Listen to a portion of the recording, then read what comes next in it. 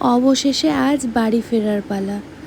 অনেক দিন পর আজ আবার আমার ছেলেটাকে কোলে নিতে পারবো, এটা ভেবে আমার যে কি আনন্দ হচ্ছে। এয়ারপোর্ট যাওয়ার পথেই আমার হসপিটালটা পড়ে, তাই তোমাদেরকে একটু দেখিয়ে দিলাম। এয়ারপোর্টে এসে বসেছিলাম আর অরূপ আর দাদা মিলে চকলেট নিয়ে এসেছিলো, আমরা ভাগ করে খাচ্ছিলাম। এখন আমরা যাব প্লেনে। ওখান থেকে যখন উঠেছিলাম ওয়েদারটা খুবই ভালো ছিল, কিন্তু আস্তে আস্তে ওয়েদারটা খুবই খারাপ হয়ে যায়। বাগডোগরা এয়ারপোর্টে নামার সময় খুব বৃষ্টি হচ্ছিল। বাড়ি আসতেই ঠামা বলে দিল ঘরে ঢোকা যাবে না, আগে হরিলুট দেবো তারপরে ঘরে ঢুকবে। আর আমার এতটুক ছেলের কি অভিমান।